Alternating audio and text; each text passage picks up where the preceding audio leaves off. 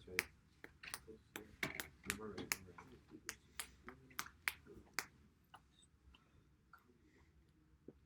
After we go over this problem, I'll show you a nifty trick for getting the solution. Or I'm sorry, not getting the solution, verifying the solution. On the calculator, yep. Later on in the... Bless you, Tom. Thank you.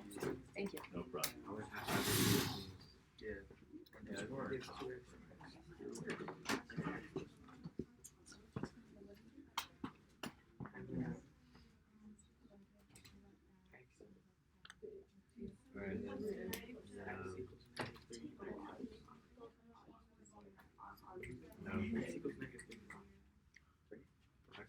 And then x equals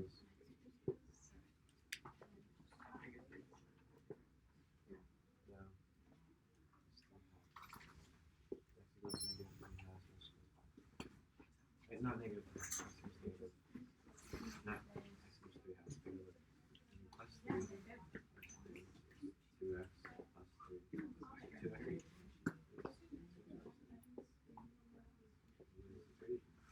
You know, maybe I'll show you the nifty trick first. Just every now and then I have a brilliant idea. They got the right answer.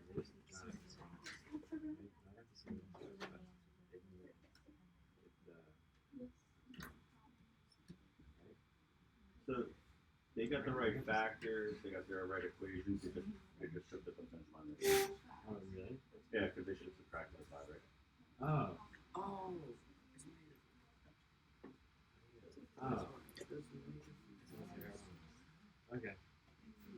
All right, so let me show you the nifty trick first, actually, because there is an element of time, and I mean, you know this. Like, you want to be able to get the answer, but you want to get it done in an efficient way, and so the first step has to happen no matter what.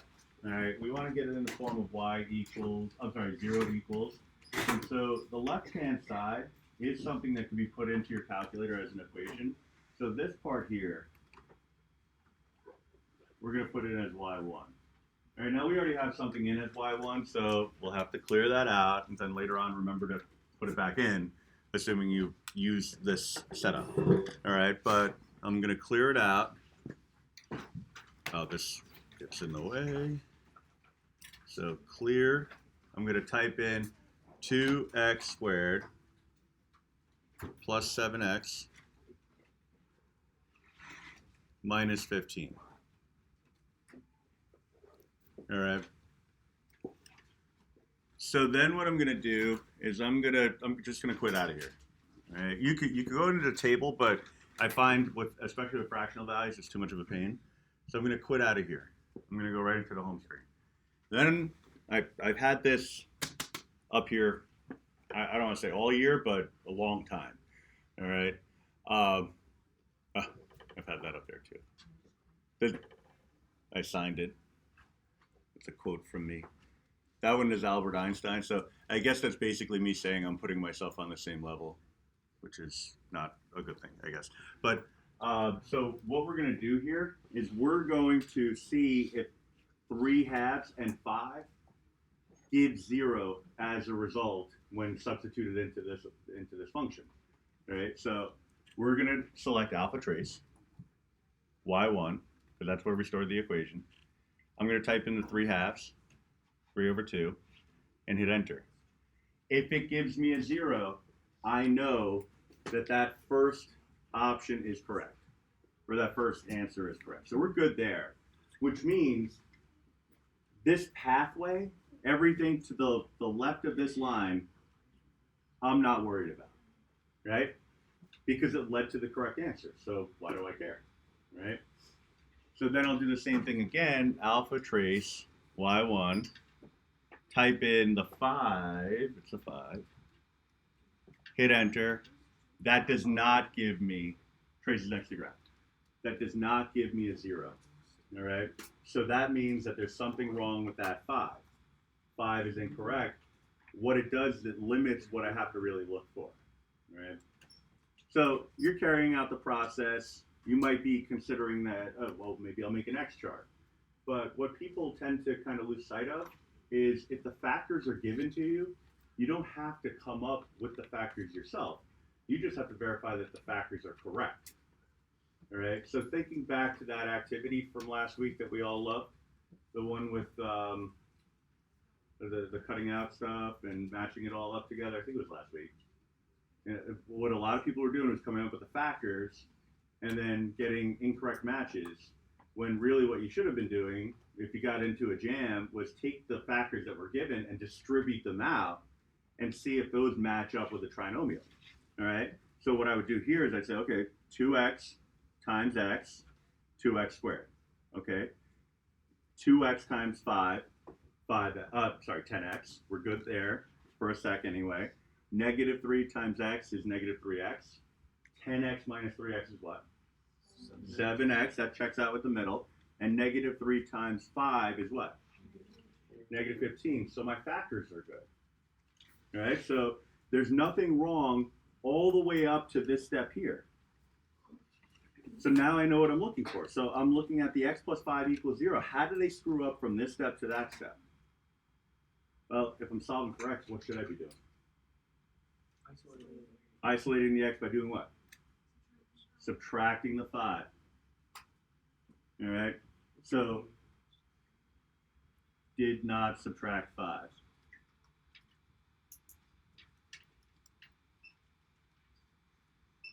And I mentioned this the last time we did a problem along these lines. You don't have to go through the entire correct solution. In fact, I think that's a waste of time. Like, just correct their solution.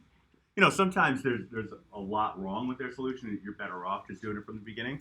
But sometimes it's just a quick fix like this. All right, so I'll just do a quick check.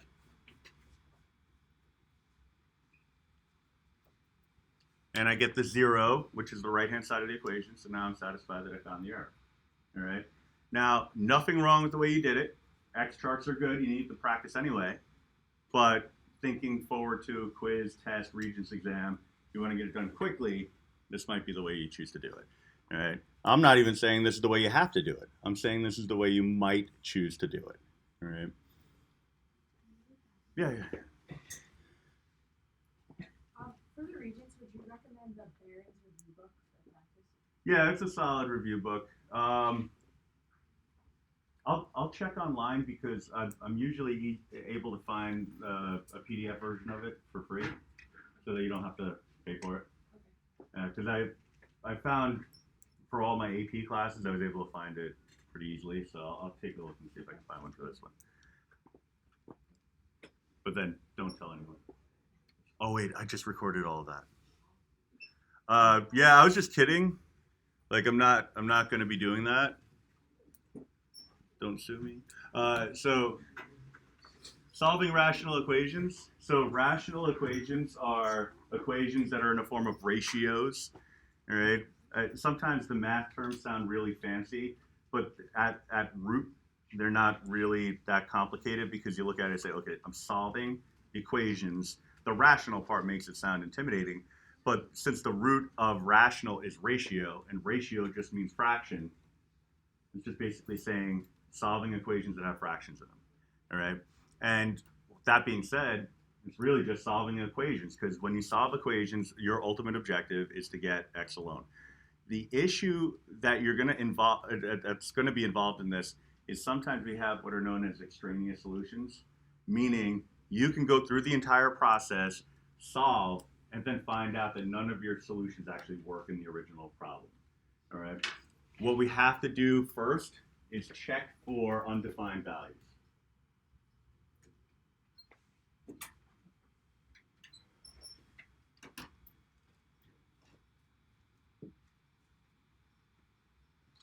The one drawback about this board is that I am not a little person, and I block the whole thing when I stand in front of it. So check for undefined values.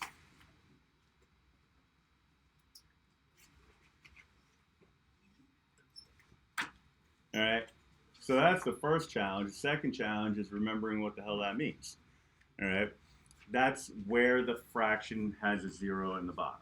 All right, so what I need to do is take each of my denominators, if they have a variable in them. I don't have to worry about the denominator if there's no variable in it, and set them equal to 0.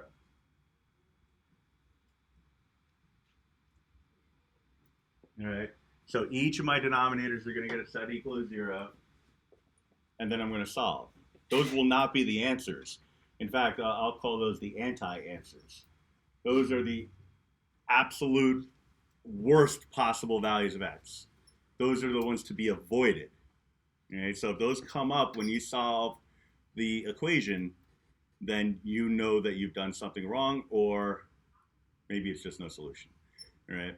So in the case of the first equation, I'm just adding 3 to both sides, so I get x equals 3, and I get x equals 0. These are bad. All right.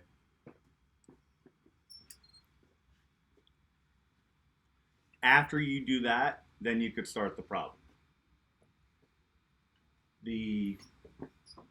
I'll call it unfortunate consequence of this is if your denominator is fairly complicated, you might end up doing a lot of work just to figure out what the bad values are.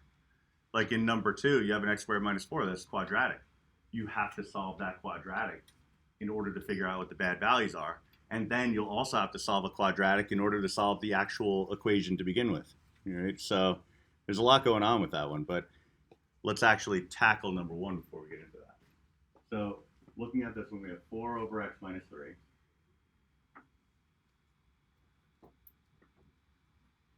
Equals 2 over x. Now, if you have an equation that's what we call in proportion, right, fraction equal to a fraction, there's a couple of techniques that you can use, but the best one is to just cross multiply, right? Multiply the diagonals. And then when you do that, you'll end up with an equation that's in linear form, basically like along one line, rather than being a fraction. This is equivalent to multiplying by reciprocals like we did a couple of units ago, but you'd have to do it twice, right? So we're just getting it all done in one shot. And sometimes, in this case, you end up with a linear relationship. So 4 times x is 4x.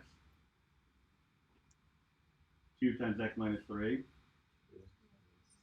2x minus 6. Some folks like to write it as 2 parentheses x minus 3 first and then clean it up. That's entirely up to you. But you still have to go to the next step. All right, then we subtract the 2x from both sides. We're looking at 2x equals negative 6. And then divide both sides by 2, and I get x equals, as it implies, means that you should answer now. Negative 3. All right.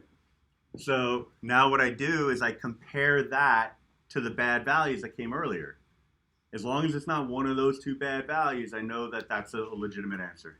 Why don't you add the 6 to the 0 to the other side? Oh, because it's not quadratic. That's a good question. So the only time we have to have 0 alone on one side of the equation is if it's a power of 2 equation. So quadratic, those are the ones where you have to do the factoring. All right. And just for consistency with what we've been doing, I'm going to put it in the proper notation. The squiggly brackets and the vertical line. Also looks a little fancier that way, so why not?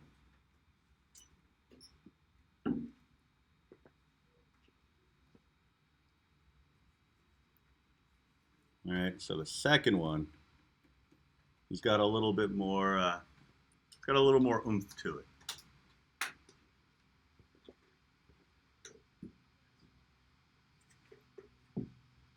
So these 2 bad boys,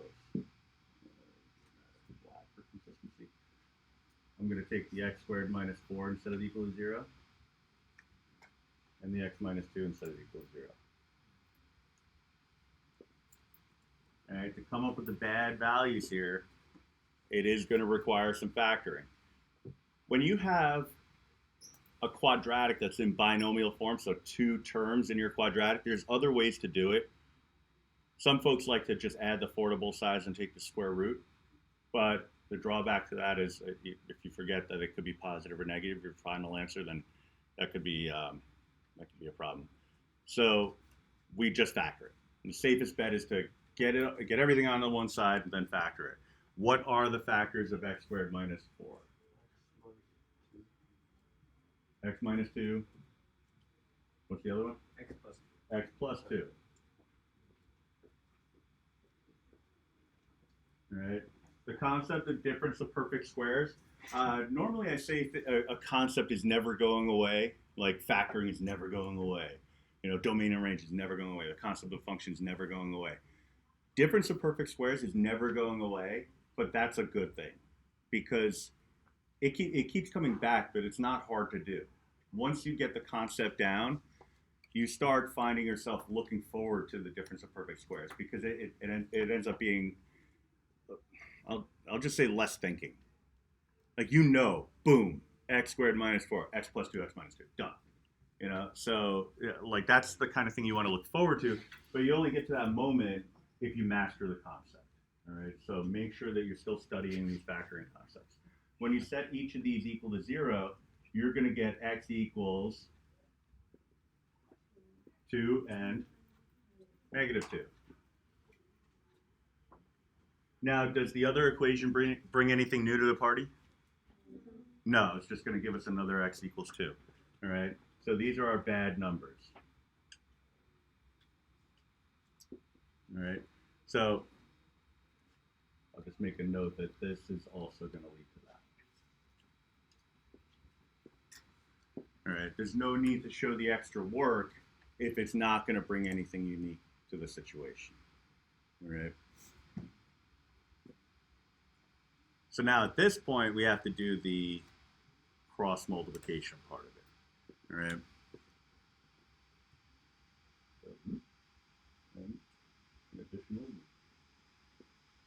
Here I'm going to write out the intermediate step. Instead of doing things in my head, I'm going to write it as x minus 4, x minus 2 as one set of factors. And on the right-hand side, the negative 2 and the x squared minus 4.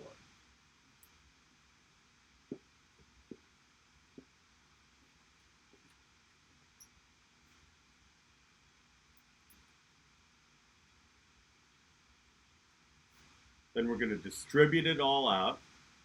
Left-hand side is a little bit more challenging than the right-hand side, because on the right-hand side it's just a single term or a single factor being distributed. On the left-hand side, it's double distributing. So we have x by x, x squared. Wrong place.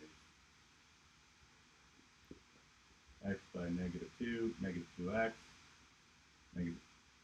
negative 4 by x, negative 4x, negative 4 by negative 2, 8. Then run through with the negative 2, negative 2x squared plus 8.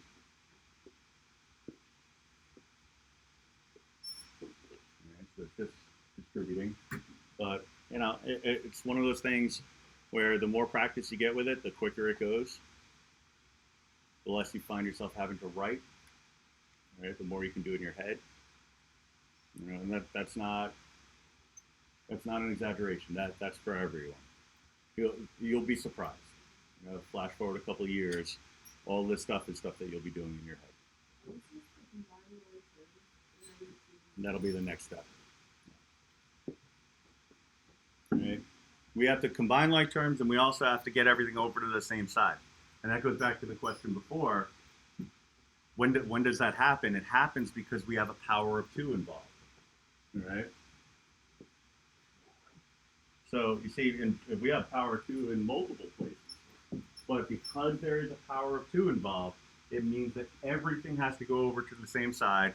0 is the only thing that should be on the right. All right? So I'm going to add the 2x squared.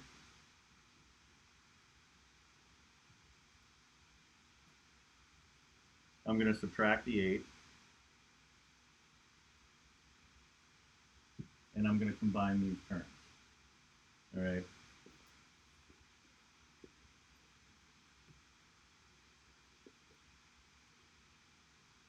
That 8 and negative 8 canceling out is actually the best thing that could have happened here, because we have 3x squared minus 6x equals 0? Because it canceled out, because that 8 canceled out, what kind of factoring situation am I looking at here? Like what topic? Is it difference of perfect squares? Is it a trinomial? Is it GCF? Yeah, which is the easiest form of factoring. And what is my GCF? 3x. So when you pull out the 3x, what's left? X minus 2. Set each of those factors equal to 0. Oops. A little more.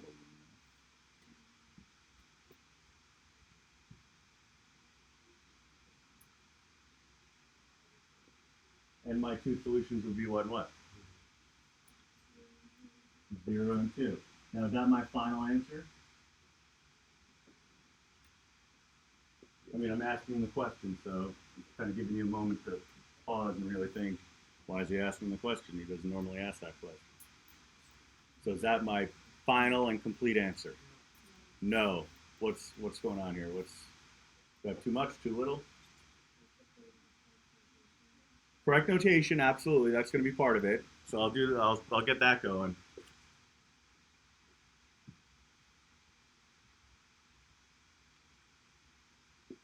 Is the 0 a good number? Yeah, what about the 2? No, why? Because it's undefined value and because it says bad right there. Right? 2, negative 2, bad. There's a 2. Take it out, not going to work.